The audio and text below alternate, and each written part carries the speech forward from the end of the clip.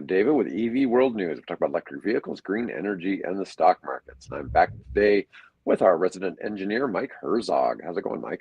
Great to be here. It feels like it's been a month, but it's only been a week, I think, since we talked. So one of those, I Well, don't I don't know what has happened to June and July, but holy cats are they flying by. no, it's pretty easy for stuff to get by, and occasionally we don't have a show for one reason or another. Like I'm probably not going to have a show next Thursday because I have to travel. But a lot of times because of our travel plans or whatever, we'll end up missing a show or whatever. But hopefully people, get over it. Sorry, we can't do it all the time, but we try. We try. All You've right. been good about it. Yes. Yeah, we've been doing this just over 2 years now, and it's been fun to watch it grow. And to see where this ends up growing to. I'm being invited now to go speak at events and stuff. I've Nice. got some stuff in Santa Monica later this year that we'll just see. It's Mhm. interesting because I keep getting now. I've got other people interviewing me, for their channels or Oh, nice. So for different things building that a network out. yeah. And I've done some radio shows and stuff like that, and it's like, man, I could have talked on this for hours, but it's just for you and I, a lot of it's kind of repetitive, right? Because we see Yeah. a lot of the same stuff over and over again.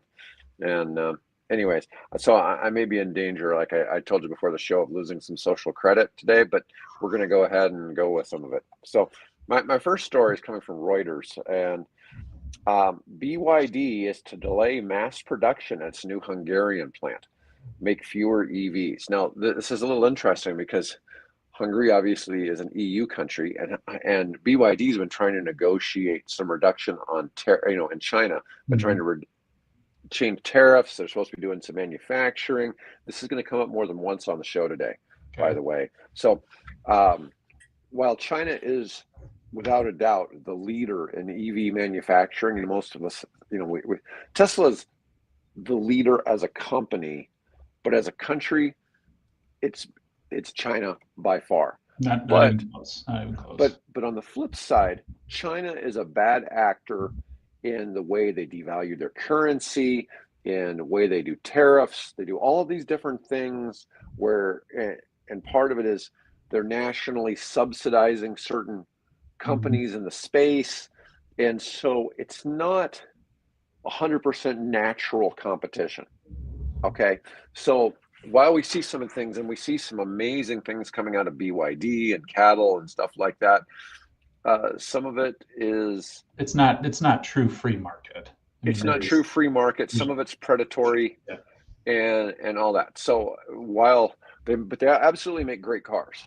Mhm. So Mhm. there's no question of that. So that's the big thing. But so this deal with Hungary, they're going to delay some of the manufacturing here at least till 26. But at the same time, they have a they're going to start making cars earlier in Turkey, which isn't, which is only like two countries away, right? Mhm. Is And Hungary part of the EU? I believe so. Oh, Yeah, Hungary's part okay. of the EU, and so is Okay. Turkey. Okay. Mhm. So what's interesting is, but in Turkey, labor costs are even lower, and they will vastly exceed its announced production plans, one of the sources said. Now, shifting production from Hungary to Turkey would be an overall setback for the EU. They've been hoping that its tariffs on EVs made in China would bring in Chinese investment and well-paid manufacturing jobs. Um, BYD's invested the equivalent of 4.64 billion US dollars in its plant in Hungary. It'll start making cars in 26, but only make a few tens of thousands of vehicles over the whole year. A few tens of thousands. It's funny. That's more than what Lucid or Rivian currently. Security, right? Yeah. And this is just one plant. Right. It'd be a fraction of the plant's initial production capacity of 150,000, and it should eventually have a max capacity of 300,000. Now, to put that in perspective, Hyundai has a facility in Georgia that can make 300,000 cars a year that Mhm. they put in just a couple of years ago as part of, take advantage of the $7,500 tax credit, Understood. right? You betcha. Which is going away Which is September not going to be 30th. here for much Yeah. longer. But but anyways, it's interesting to see that this changed. Now they're supposed to increase production in 27, but it'll still be below what the original planned capacity is. In Turkey, they've only put $1 billion into that one, and it was slated to start production at the end of 26 with an annual capacity of 150,000 cars, but it'll make more cars than the Hungarian plant next year. And it'll they're going to try to even exceed that. They'll exceed 150,000 in 27 in Turkey. They'll try to make even more than that in 28. So I don't know how much difference this really makes overall in the EU. It's not good for Hungary, but it's just, It sounds like it's a production shift, right? Hey, we found more favorable conditions in Turkey, and we're ramping one down and ramping the other up. yeah. So this is interesting. BYD is expanding rapidly outside of China. In China, it faces a vicious price war. Reuters reported last month BYD slowed its expansion in China by reducing shifts at some factories and delaying adding new production lines. That's interesting. So we've already seen this with Tesla, right? We've seen Mhm. where all, and it's not the Chinese, well, the Chinese are interfering with Tesla overseas, right? But in the United States, all of a sudden GM has really come to the forefront of making EVs. But we've got Mhm. other companies Mhm. like Hyundai, they've got the Ionics, they got Kia with its EV6 and EV9. All of these cars are starting to cut into Tesla sales, right? Mhm. People keep saying EV sales are going down. Well, Tesla sales are going down, but the overall sales are Well, going isn't up. isn't it one of those funky, like it's a math thing where it's when their percentage of sales went down, but their actual sales numbers went up, kind of thing. Like their market share decreased slightly, but they're actually selling more cars than they've ever sold. I don't know. I keep seeing For all past these. couple of quarters aside, uh, where they've had I some don't. issues. I don't check the Tesla stock every day, but on the days I do check it, they've gone up. Yeah. And it's just, I'm sure it's balancing. They'll have a really crappy day with some crappy news, and it'll go down, and then you'll just see it bum bum bum bum bum bum bum. Mhm. It's real. And the truth is, most of your owners in the stocks. So in quantity of people that own stock, it's your retail investors, meaning individual people who Yeah. are trading stocks. But in amount of stocks owned, it's your, you know, hedge funds Hedge and funds, big mutual funds, institutional investors. institutionals. They are the ones who really own these companies, and they don't trade that often. So you see the stock price changing, but it's because all of the little retail investors are constantly Mhm. buying and moving stuff Day around. traders. Yeah. Yeah, and the actual large shareholders tend to just sit. So it's always interesting to kind of see how that plays. So you get a lot of speculation, and who knows what's going on there. But it's interesting just to see this about what's going on with BYD, because I have this come up again. Let me see if I can go right to the other um, story here. Bear with me just a second. I gotta find it. Okay, now we're moving on to Brazil. Okay, so Brazil, China's EV push in Brazil is triggering labor, tariff, and safety concerns. Okay, so this is kind of interesting. BYD and Great Wall Motors are aggressively expanding into Brazil, capturing market share through a mix of affordable imports and repurposed factories. And I know BYD bought a Ford factory down Cool. there. Yeah, I Yeah, mean that's makes sense. yeah. So they're accelerating EV adoption in South America's largest economy. BYD shipped 22,000 EVs to Brazil in 4 deliveries this year. Okay, wow. So that's a big boat. I know we saw That's a BYD cart. has its own big boats. Yeah, actually, I got a picture here of the boat. Oh, yeah, I'll just show you here. It's big. That's a big It's BYD a boat. big boat, and those are all BYD cars sitting there. Yeah, so that they've got their own um, Shipping, carriers. Yeah, logistics. they decided And, that yeah. this was such a problem during COVID. They've got their own shipping fleet now. Mhm. So, anyways, but what's going on here? is they've committed to assembling vehicles in Brazil. They took over facilities formerly owned by Ford and Mercedes-Benz, but the moves are more cosmetic than structural. The majority of the components, especially batteries, will still be sourced from China, limiting domestic supply chain development and the creation of high-value Brazilian jobs. To defend its auto sector, Brazil is weighing tariff increases on EV imports, potentially raising the rate from the current 10% to 35%. Industry groups argued that without stronger protections, Chinese companies could undercut local automakers before substantial domestic production is up and running. This is one of the things. A lot of times you have a difference in the tariffs, whether it's assembled or whether it was It's a entirely made overseas. manufactured good, or the components and Yeah. how they put that. I get having a discount on the tariffs for assembling it in the country, Yeah. but you would think you would still have some tariffs. Maybe it's only half as high as if it was If it was completely just done somewhere product else. completely manufactured. Yeah, because I know one of the companies I was doing work for, they were bringing trucks over and they had to put on the tires, the doors, and something else. So like the vehicle was the chassis and the motor and the battery and all that was all Yeah. assembled, but they simply had to It's attach. always, there's something like you have to, 15% of it must be, assembled or manufactured. And that's what it is. Like, we have four doors and four tires and the CD player. I guess it's rather have Yeah, CD they, players. they might have had to put in the seats The too. seats, yeah, I don't something remember, like. but it wasn't a lot. When you think Or like about in you have terms to of take over the manufacturing. line. Like, at what step does it become a vehicle? All right, it has a Yeah, steering wheel. We put that on. We turned it into a vehicle. at some stage, if it didn't have the tires on it, you had to at least have some apparatus, and somebody had to be able to lift it up so that you could put the tires on it. I'm just saying it wasn't. No, no, I get you. Yeah. It didn't take a lot to really hit that benchmark of what is assembled in America kind of thing. Well, and it's But it's it's one of those.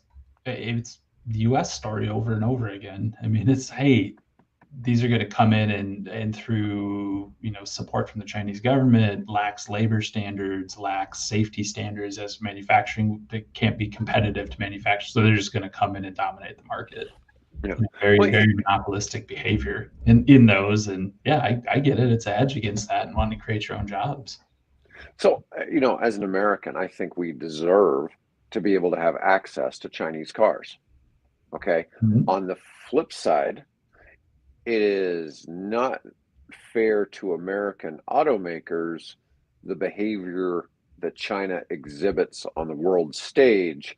This is a hard thing for people to understand because people are like, well, if we could all buy a $10,000, BYD, we wouldn't need, Ford and GM and Chrysler. We could all drive $10,000 BYDs or whatever, right? Of course, that it wouldn't work out exactly like that. There's going to be these Mhm. perceptions. What do we have? What was the cheapest car you probably remember as a gas car? You're probably not even old enough to remember the Yugo. Okay. Okay. But That's infamous. That yeah, vehicle is okay. infamous. It was like $4,000 or Mhm. something like that in a little box, and they didn't run very well. And how that ever got it brought in the United States. I mean, It it was, it never was did an Eastern well. European thing. You're Yugoslavian or Yeah, it something. was Yugoslavia, yeah. And it never did well, but it was just kind of an interesting play. And people assume that the Chinese car quality are crap, when the truth is they're so nice that it, they're doing, I wouldn't say Porsche or Bentley level of quality, but they're putting in really high end features that US cars just don't have, Yeah. and they're selling them cheaply. I mean, they're putting out cars that look like they should be 100 grand or more that you can buy for 30. Yeah. And it's And I'm a kid of the 80s, and I mean, yeah, that was a joke of like made in China sticker, like, oh, it's going to be right, a piece of crap. Like, it's just going to right. be garbage. But it's very different. It's very different now with Well, vehicles, and at least with it was vehicles. that way with Made in Japan at one time too, Mhm. until they proved it in the auto industry that they made better cars.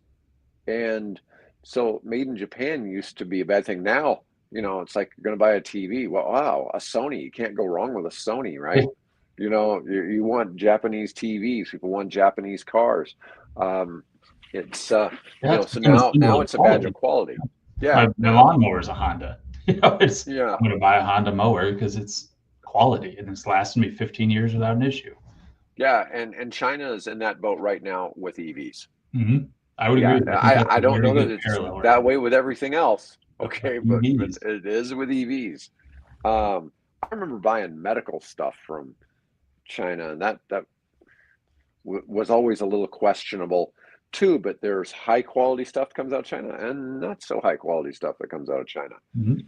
Anyways, but China's obviously making quality cars. The problem is, like I was saying, I don't know how the governments deal with China and some of their outrageous behavior in terms of tariffs, decreasing the value of their currency so it increases exports.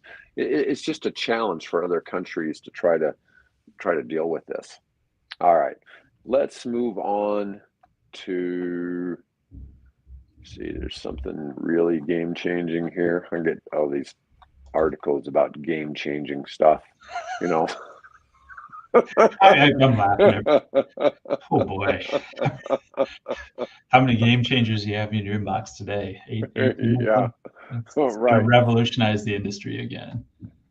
So, researchers claim breakthrough in effort to pair micronuclear reactors with AI management.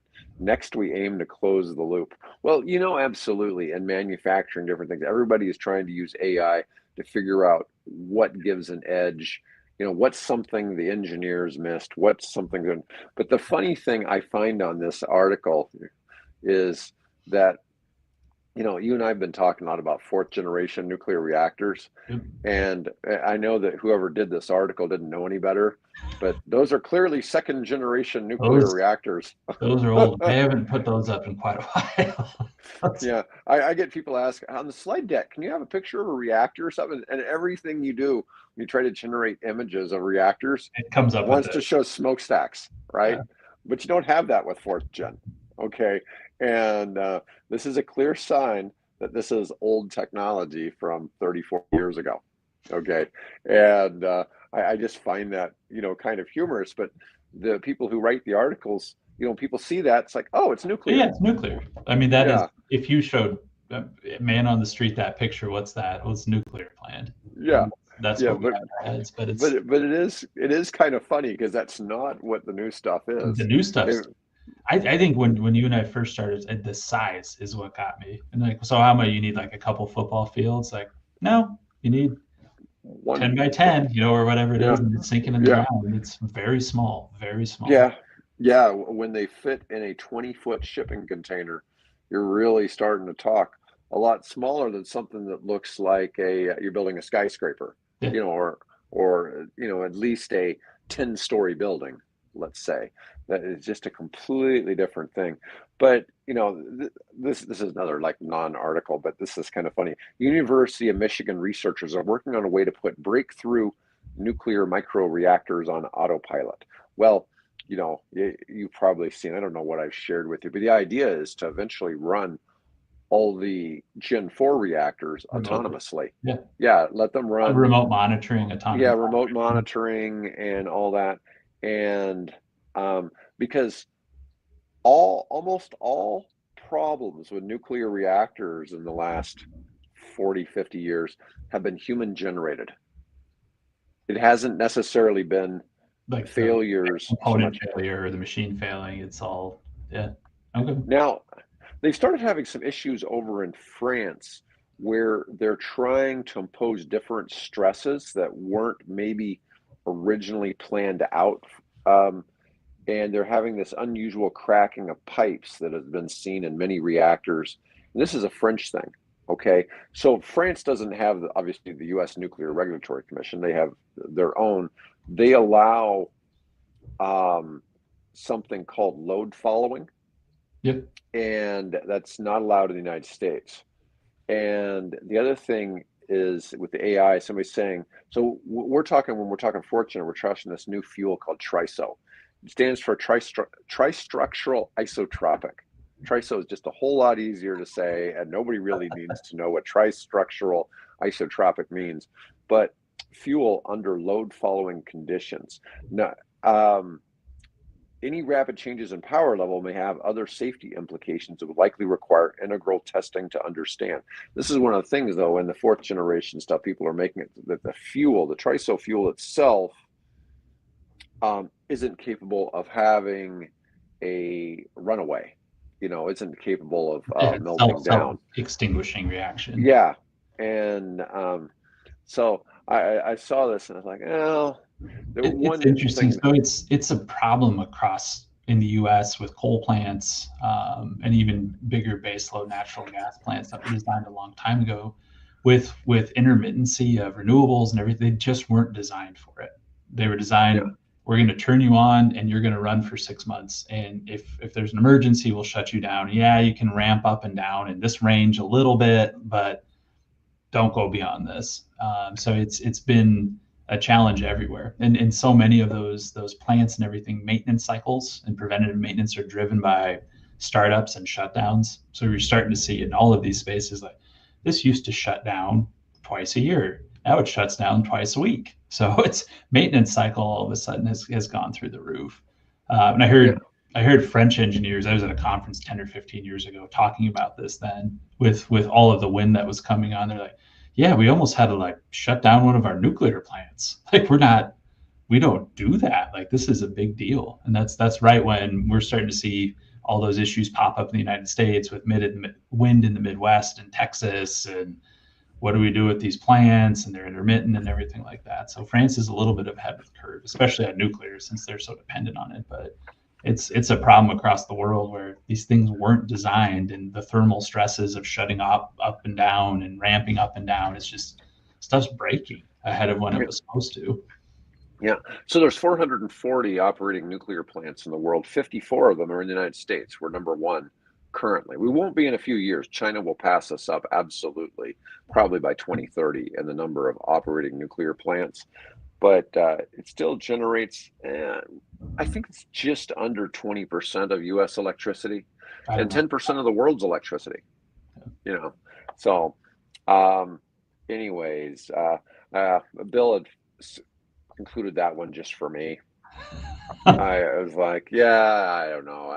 I didn't see that there was anything really earth-shattering news-wise to that. All right. I got one that's kind of interesting. I really didn't read into it too much, but Germany slams the EU's ban by 2030 of gas rental cars. I hadn't heard of that. The EU wants to force rental car companies to buy EVs from 2030 on, but criticism is already mounting. They're committed to banning the sale of new gas and diesel vehicles starting in 2035, but it wants to fast-track the demise of combustion engines by requiring car rental companies operating in the EU to purchase only EVs from 2030.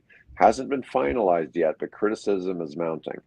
The most vocal component is German Chancellor Friedrich Merz. Let's see. Merz says the proposal completely misses the point of the current joint needs we have in Europe. We must not allow it to be destroyed by focusing on technologies that might not be market ready enough to be given a date for one to rely exclusively on that single tech. You can rent an EV here in the United States. The challenge you get is that then you have to set up apps and everything for charging. You have to, it's not as simple as, I guess one of the arguments I've seen that if you went and rent a Tesla, you miss most of the best features of having a Tesla. Okay. And so you're probably not going to be charging it, at where you're staying. You're going to go to a charger. You have to figure out how to be able to connect it and get access, because you're not on the regular Tesla charging network. And it's a lot of where Tesla has outshined. We talked about this. I remember we had the guy on here from Tritium, and he was saying, the one main reason why Tesla systems work is because they don't have point of sale, and that's where almost all the other systems break down. It's not actually in the function of can they provide electrons or not. It's the fact that they can't ever take your money. Yeah, I mean, and Yeah, when I teach classes on EVs, that's one of the challenges today. It's Yeah, I mean, Tesla's solid for level three. They're the biggest by far. They're number two in level two charging behind ChargePoint. But I mean, ChargePoint's a lot of places, but it's just I don't know. I'm an old man these days, and I don't like downloading new apps and having to create a new right. account. And you rent a vehicle, and it's great. I found a ChargePoint one. Now I drove an hour down the road, and I'm staying in a different. All right, now I need to go download this app and set up an account and do all of these things associated with it. If they figured It's that a out known for challenge. cars. Whereas gas station, like I have my credit card, I can walk up and it's kind of universal where you go. Well, if you're renting a car, and you know how they all offer, it's like, hey, you can pay $50 now, and you won't have to return it with gas, or whatever. We'll charge you this price per gallon. Of course, they know you're going to return it with some gas, right? Because you Yeah, can't you return can't it run it. It's absolutely not going to be going empty. on fumes. Yeah.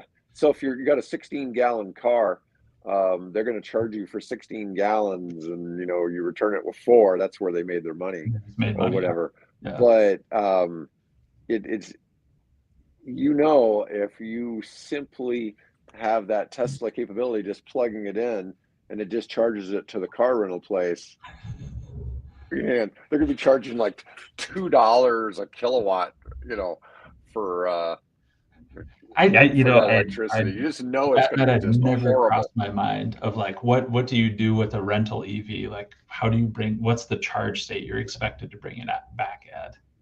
And Yeah. and do they charge you if like, all right, your battery was full and now it's No, I'm just saying. I mean, I'm laughing because I hadn't thought of it. It's like that's kind of interesting. I wonder what they do no, with that. I've had, I'd be surprised if people who travel have never had a negative car rental experience. They're always trying to figure out some way to gotcha. Yeah. Because they don't seem to make enough money off of just renting you the car. You've got to take their insurance, or you got to Supplemental pay them plan. for You extra want roadside gas, or assistance. Yeah. Do you want to yeah. prepay for your gas? Do you want to prepay for all of your toll passes? Yeah. There's a bunch of places in Orlando that'll rent you a car for $7 to $10 a day, but you have to take their insurance, and it's like $35 a day. Yeah. You know, and anyways, yeah. So you get the bill for the car rental. It wasn't that much, but it's that extra $35 where they made up the difference. Well, Yeah. just charge me $30. Just tell me the price of the Just tell me, well, car, 30 it's like bucks a day. airlines. I don't Shoot, just have the baggage fee and my ticket price, or whatever it is. Just give me the full cost. I don't want fees added on. Just what is this going to cost? fly to Seattle and rent a car out of SeaTac. They charge you $45 a day just in car rental fee and in taxes. Yeah, that's Okay, great. it's nuts. You're paying, probably $100 a day for a car rental at SeaTac, and half of it alone is just the airport fees. Airport fees and yeah, It's the most. add-ons and adders and yeah, It's probably not the most expensive one, but it's the most expensive one where I've ever rented a car. Um, the uh, the Phoenix Sky Harbor one Mhm. isn't cheap either, but it's nowhere near as bad as Seattle. But yeah, I tell people all the time, "Oh no, It's I'm just not a going to pain do in it." the butt getting a car. I've got a favorite in the car rental space, Mhm. and but they don't do that other crap. But they're usually not the cheapest. But anyways, yeah. But this whole idea is you've got to make it a way that it's fair for the car renter, because the idea of renting an electric car or of having an electric car is its ease of use. You don't Mhm. have to go charge it because you charge it at home, right? So there should be some way that you're not getting just crucified for returning the vehicle without charging it, because obviously a car rental place is going to be buying so much electricity. They probably have a decent deal on electricity. They probably have Have a level better three rate. Yeah. chargers on site. It's not the end of the world. And I'm just saying it's a different thing. And that's going to be part of the key. If they're really going to do that, they have to figure out how to make it not a thing where you're just making it just a crap experience. Well, and with it's people so renting a I've car. rented a car in Europe within the past year or two, and I'm renting one this fall too. And I'm going to pay attention, like how the hell would I charge this thing? And granted, their charging infrastructure is much better. You know, it's I think it's more developed, but I was in Eastern Europe before, and it's boy, little downtowns and old town squares where you have to park and things like that. There's no chargers there. I mean, it's all established. So I don't. It's tough. I mean, I agree with the German model or the pushback on that from the channel. It's just think about it. Is this ready now? Is the technology ready? Yes, EVs are there. The technology is there. The charging infrastructure is being built out. It's good. So I don't know if it's from that angle, but it's just a like what you're saying, a logistical perspective. Like Yeah. it's Now, if you normally drive an EV and you're a non-Tesla person and you got, 6 different apps on yep, your phone for all the different chargers already, sure, great. it's Go ahead. probably not a bad It's experience. not a bad plan for you. Okay.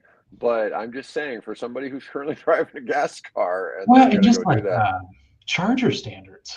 Like, Hmm. oh, I pulled up to this one. Like, I don't know, those holes don't fit what goes into my car. Like, what the hell am I going to do? So yeah, I think maybe that's the baseline idea behind all of it is to force people into using this and pull the band-aid off. Like, go figure it out. You'll be fine.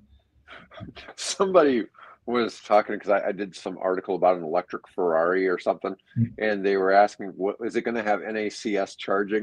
And I go, "It'll probably have CHAdeMO because seem more premium because you It's can't just get CHAdeMO charging just anywhere." It's the equivalent of really, really high octane gas. You got really, really fancy electrons through that one. That's for sure. Right. Yeah, CHAdeMO is the one that the older Nissan Leafs use, and Mhm. the newer Nissan vehicles are being adapted to NACS. NACS, But good luck finding a CHAdeMO on between here and public. Kansas City. Yeah, I don't, Yeah, I don't know what you would do besides charge at home. I mean, and have that, but right. uh, Yeah, yeah. I'm just saying it's like yeah. I'm trying to remember if there's a CHAdeMO in oh, what's that town that's about 2 hours down? That's St. yeah, Joseph's. St. Joseph. I, Yeah, I bet they've I, got I one. I'm thinking there might be one CHAdeMO location in Mhm. St. Joseph, but then you still got a pretty good haul.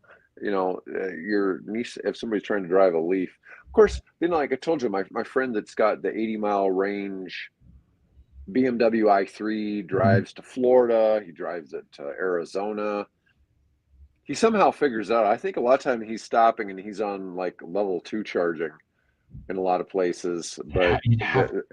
I mean, that's because that was the old North American infrastructure plan or the national infrastructure plan that is not going forward anymore. Like, yeah, you have to have these every 40 to 50 miles along major interstates. yeah, but so every couple hours, every hour and a half, he's stopping for 3 hours to on level 2 charging. Yeah, It's if just you really you know what, if funny. you got the time and that's your thing, you do you. Yeah, he meets interesting people along the way. Let's see. All right, so I got this funny article. Nobody wants electric supercars, but why? You get so much more power. Yeah, were you with me on the show the other day when we were comparing somebody was drag racing a Kia EV6 against a Ferrari? Mhm. Oh, and it was beating the Ferrari. Really? Okay, that might have been with Bill, but it's just The like, you Kia know, EV6. yeah. That's amazing. Just amazing. Just amazing. Yeah, had faster 0 to 60 time. Um, Let me see. Hyundai's family hatchback, the Ioniq 5N, does 0 to 60 in 3.4 seconds. It's still $68,000. Is spending an extra $150,000 for something that's half a second quicker really worth it? Yeah, it's just funny. I don't know. I think one of your problems is when we think about powerful cars, we think about the The sound. noise. Yeah, somebody's even saying the Uh, smell. You yeah. know, Yeah. Okay. there's a certain thing you accommodate. Um, so Rimac has a hard time selling the Navara, but I think it's like $2 million. I mean, how many people can afford a $2 million car? I'm Um, not. I've never been a big supercar, fancy car person, but it's one of those. I don't. Yeah, I don't know. I don't know what would drive people on some of these to make a purchase or not make a purchase on those. I mean, Koenigsegg and Pagani say that their customers don't want a battery-powered hypercar. Um, let's see. Oh, the Ionic 5 has 604. It's the Ionic 5N has 641 horsepower and 70 grand. Um, they only has 221 miles of range. It's just crazy that some of these cars are so fast, so cheap. We saw that one Chinese one. It was a company that's like in partnership with BYD that had a like a $40,000 supercar. oh God, what was their name? I know what you're talking about. I don't remember Oh, what is it that the one that was, looked just like a but it was Porsche? like 1,000 horsepower. Yeah, and it was just nuts to think that it could be that At kind that of price. fast. Yeah. All right, so we don't get a lot of EV news about Tasmania, which is an island known for the Tasmanian devil, from that Looney would be Tunes. with the Roadrunner, yeah, from Looney Tunes. Um, so in Tasmania, there's a manufacturer called NCAT, INCAT, wins a major electric ferry deal in Denmark. So it's an Australian shipbuilder. Um, they're building two battery electric high speed catamarans. Okay. And let's see, I got an obligatory picture of a catamaran. I mean, obviously, Ooh. this isn't small. No, no. Okay. No, these are very large vehicles. But anyways, what do we got here? It'll hold 1,483 passengers. So that's a pretty good sized boat. Let's see. Um, it's one of the most ambitious zero emission maritime projects in the world to date. It's 129 meters long. What's that in freedom units? That would be 400 feet. basically a little more than a football field. Mm. Yeah, that's easiest approximation of freedom units, right? A football field's a little bit bigger than that. 129. That's like a extra goal space. Um, it'll carry 1,483 passengers and 500 vehicles at speeds exceeding 40 knots. Whoa. Yeah, all on battery power. The ferries will be equipped with 45 megawatt hours of lithium ion battery storage. 45 Oh my megawatt God. hours. Yeah. Holy Yeah. cats. Yeah, that's like 225 Humvees worth of electric Humvees. That's your new unit. That's my new It's a unit It's a of Humvee worth. energy is That's the new equivalent of a crap this is a ton of Humvee. storage. Yeah, It's yeah, a 200. Humvee worth. Yeah, yeah. From now on, 200 kilowatt hours of storage will be referred to as a Hummer. Have you ever seen that episode of Saturday Night Live where George Washington is talking Yeah, about yeah. how we're going to fight the British so that we can have our own weights and measures? Yeah, it's You know, very funny. yeah, How we're many gonna. yards per mile? No one knows. Nobody knows. Yeah.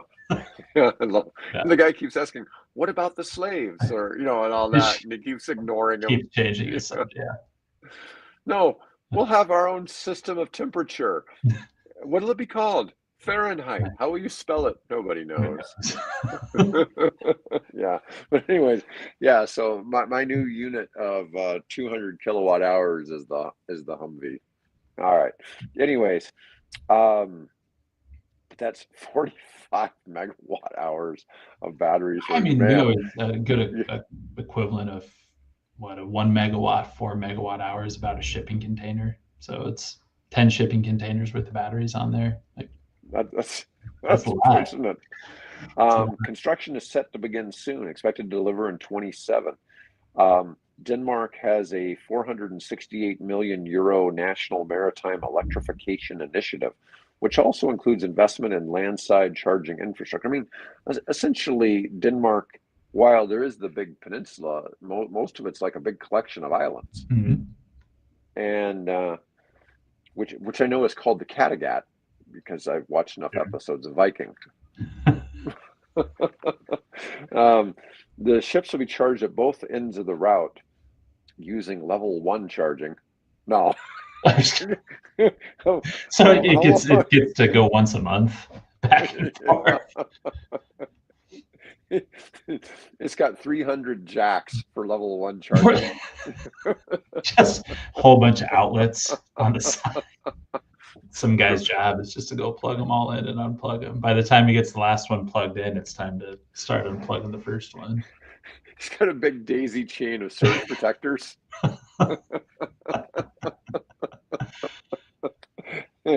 Oh God, I can only imagine what that's going to be. They're using high capacity grid connected shore power systems. Yeah. Based on their size and daily operations, each ferry may consume 90 and 100 megawatt and 180 megawatt hours of electricity per day. Oof. Against that sets 2 to 4 times that battery daily, depending on trip frequency. So you say 180 megawatt hours? Yeah. So they're consuming 7.5 megawatt hours an hour. Dang. So that divided by 60. Oh, but they have to charge. They only have limited charging. Dang. I mean, Must be that's some kind of fast charging. I mean, it's not the end of the world. I mean, that's like a substation, to put in. It's a lot. Don't get me wrong, but I mean, it's Once again, this sounds like a battery swapping yeah situation. 100%. Like you're saying, it'd be what you say, 10 shipping containers. Yeah. See, to me, that would be the thing. You'd have 10 sitting there Exactly. charging. And it's the boats. If you're charging on both sides of it, you're going to have maybe a couple hours. I don't know by the time it gets back. So you could be trickle charging those things and. Well, if you have to offload 500 cars and load 500 cars back on, you'd have plenty of time in there to swap out 10 shipping container batteries. I think where we're going to is like, I kind of want to see this thing in action. Like, that sounds kind of cool. If it works and fits in, and I'm sure fuel costs are significantly lower. So Denmark's national grid is uniquely positioned to support this level of demand. As of 25, 75% of Denmark's electricity is generated from renewables, led by wind, which alone supplies half of the national demand. Wow. With major offshore projects like the Thor wind farm and the Bornholm energy island set to expand capacity by 27, the ferry charging will align well with the country's clean energy roadmap. The Danes expect a full fossil fuel phase out in the electricity sector by 2030. Wow. Makes maritime electrification projects not only feasible, but integral to national decarbonization goals. Portside charging infrastructure will be configured to optimize usage of peak wind production periods, flatten demand curves, and offer demand response service to the grid. This seems like a really good argument for V2G right here. Well, and it's when they're offering those, it sounds like what you said. They're going to have some stationary batteries there. If they can support grid services and things like that, that makes a ton of sense. I mean, because then it acts as a resource, and you can bid it in the market when there isn't charging happening. I mean, that's a really cool project. Well, if you have wind at both ends of where the ferry's going, right, and you have batteries being charged up at both ends of where the ferry's going, and you keep swapping them out to take that wind, it makes sense. I mean, you're going to have issue. It talks about smart grid scheduling and real-time power balancing. Man, I don't know. I don't want to be in that situation though when they have a week where the wind's not blowing. Yeah. That's kind of a, how do you, solve that? But anyways, it's big news in Tasmania. Good for them. Yeah. Let's see.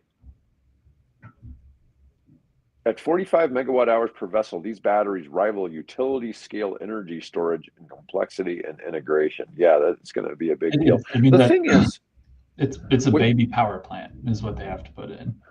we've been talking the past week or so how much battery storage has come down. So as cheap as it's getting, it's just going to keep making that Mm-hmm. um, you know simpler and simpler to keep implementing. Um, oh, my final story for today. The unexpected side effect of having more and more EVs in the road has been brought to light by a new study. Now, this is kind of the opposite of that stupid study that they did in the UK, where it said like we were getting all the battery and brake particulates thrown into the atmosphere, that EVs were using the brakes. It's actually been the opposite. Um, we know that EVs cut down on exhaust, but there's significant reduction in in brake particulates because they're using The regenerative braking regenerative braking. and not using the actual brakes. And brake dust is a much bigger concern than what goes on with tires. And brake dust is more likely to enter the atmosphere and contribute to worsening air pollution. The metal particles from the abrasion of brake pads can cause inflammation and reduce immune cells' ability to fight bacteria. So, anyways, they did some study over in the EU, and now they're saying it looks like, um, there's been a huge cut down in the amount of brake particulates in Europe. So, anyways, I have never thought about brake dust before. But I guess people have, and it's better now. Like, woohoo! Like yeah. Well, but I know that cool. they're showing in places where EVs have really made a big change, that it's really cutting down on asthma in And children. all the asthma and pollution, and Yeah, so it's one of those compounding effects. It's not just the exhaust; it's yeah. all the rest of it. Well, I've had people say, well, we rode, gas buses back and forth to school and didn't do anything to us. And it's like, well, did anybody have asthma? You know, it's like, it's It's just hard one of to those. You attribute that. take a deep breath of it and tell me that's good for you. That's Yeah. your You body's know, body's ready for that. people can argue about all kinds of things about EVs and whatever, but you can't say that you don't like air that's less polluted. Yeah. You know, to a certain degree, we like like we was talking about the supercars. Well, we like the noise that the engines make and all that, but we don't want to hear it all the time. We only want to hear it when we want to hear it, right? You're like, ooh, that was cool. That's yeah. Yeah.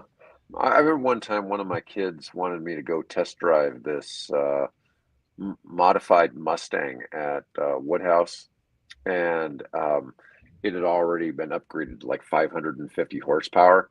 And I'm like, there's no way I could ever have a conversation on my phone in this car because the engine's so It's just loud. so loud all the time. Yeah. Yeah, and just like this kind of the reality of it. And if you're commuting somewhere, well, I mean, to me, I try to be on the phone as much as I can when I drive. Mhm. I'm not distracted by it. It's just that as opposed to It's a just listening time. to Yeah. music, Yeah. and it's time for me to catch up with people. Um, but anyways, that's all I've got for Mhm. today. Good show today, folks. Thanks for watching, and I'll be back tomorrow with Bill. Otherwise, folks, everybody have a great day.